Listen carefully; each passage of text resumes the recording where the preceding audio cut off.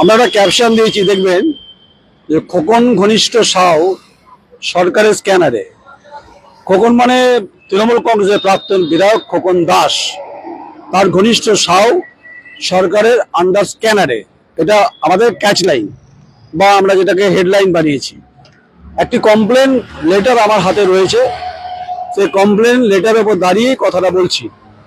Complain letter যেটা আছে, বর্ধমান 1 নম্বর ব্লকে বেলকাস গ্রাম পঞ্চায়েত এলাকার অবৈধ বালি স্টক সংক্রান্ত তদন্ত ও আইনি ব্যবস্থা গ্রহণের আবেদন, পাবলিক গ্রিভেন্স।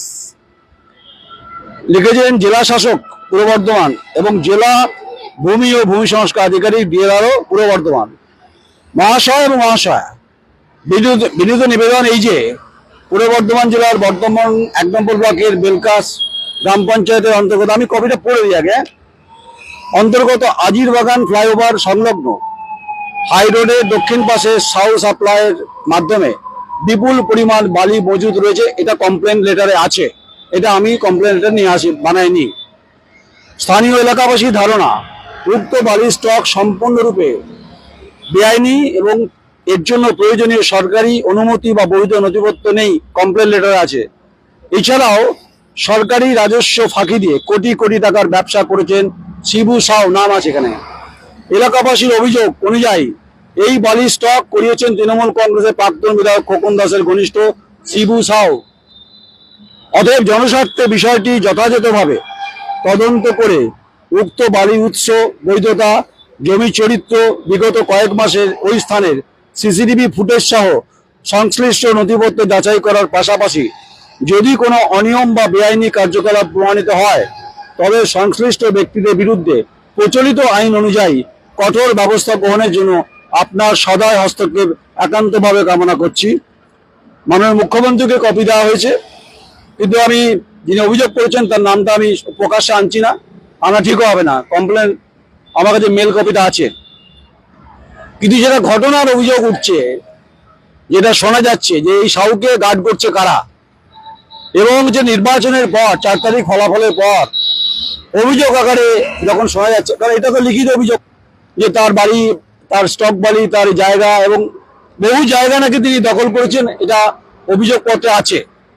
এই সাউকে বাঁচাবার জন্য অভিযোগ বিজেপির 3 জন বা 4 জন নেতা যারা কিন্তু কন্ট্রাক্ট করেছেন।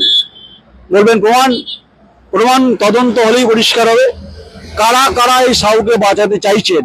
এই প্রশ্ন আজ আমি তুলে রাখলাম, এই প্রশ্নের জবাব দেবেন হচ্ছেন এখানকার বিজেপি নেতৃত্ব, আমি দেবো না। অভিযোগ করলেই যে প্রমাণিত হবে না, অভিযোগ তো আমিও করতে পারি, আপনারা আমার বিরুদ্ধে করতে পারেন। তাই অভিযোগ যখন উঠেছে যে বিজেপি নেতৃত্বের একটা অংশ এই সাউকে গার্ড করছেন, এটা মুখ্যমন্ত্রী শুভেন্দু অধিকারী তদন্ত করে দেখা উচিত। ফলে স্বাভাবিকভাবে বহু মানুষের এখানে উৎসাহ উন্মাদনা থাকবে। কারণ হচ্ছে এই ঘটনাকে কেন্দ্র করে উত্তাল হয়েছে, এবং যখন সরকারের ঘরে যখন এই অভিযোগ জমা পড়েছে, ফলে সরকার ঠিক করবেন কি হবে বা কি হবে না। আমার কাছে যা কমপ্লেন লেটার, সেই পরিপ্রেক্ষিতে যে কমপ্লেন কপিটাই পড়ে দিলাম। নাম্বার 2, কারা কারা গার্ড করছেন, কারা কারা গার্ড করতে চাইছেন বিজেপি নেতৃত্ব, সেটা বিজেপি নেতৃত্ব বলতে পারবেন, আমি তো গার্ড করছি না। এটা একটা অদ্ভুত ঘটনা ঘটে দেখেছি এই সংক্রান্ত কোনো সংবাদ, বালি সংক্রান্ত। কারণ আমরা ইদিরপুরের শ্মশানে বালি স্ট্যাগ নিয়ে সংবাদ করার পর অনেক পুলিশ অফিসারের অনেক সমস্যা হয়েছিল। যখনই কোনো বালির সংবাদ হবে দেখবেন পুলিশ অফিসারের ফোন আসবে, বিভিন্ন মাধ্যম দিয়ে চেষ্টা হবে দাবানোর। আমি নয়ন রায়, দ্য কোয়েরি কমপ্লেন হাতে নিয়ে কথা বলছি, তথ্য ছাড়া আমি কোনো সময় কোনো কথা বলি না। আমি এই কনস্ট্রাকশনের সামনে দাঁড়িয়ে এই সম্প্রচার করছি। যদি আমার বিরুদ্ধে কিছু কিছু করার থাকে, খোলা চেতাবনী রাখলাম, আমি তথ্য নিয়েই কথা বলছি। তাই যিনি অভিযোগ করেছে তার নাম গোপন রাখছি।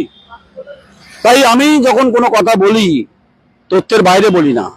আর আমার সঙ্গে তো পীড়িতের কাঁঠালের আটা নেই। তো যারা যারা একে গার্ড করতে চাইছেন অভিযোগ, সেই 3 জন নেতা, নাম বলছি না, তদন্তে বা পরিষ্কার হবে, সরকার ঠিক করবেন। এই গোটা ঘটনার যে পিছনে যে একটা নেক্সাস কাজ করছে এবং সরকারের স্ক্যানারে রয়েছে এই সাউ কনস্ট্রাকশন, এটা সরকার ঠিক করবে, ডিস্ট্রিক্ট ম্যাজিস্ট্রেট ঠিক করবে পূর্ব বর্ধমান, আমি ঠিক করবো না।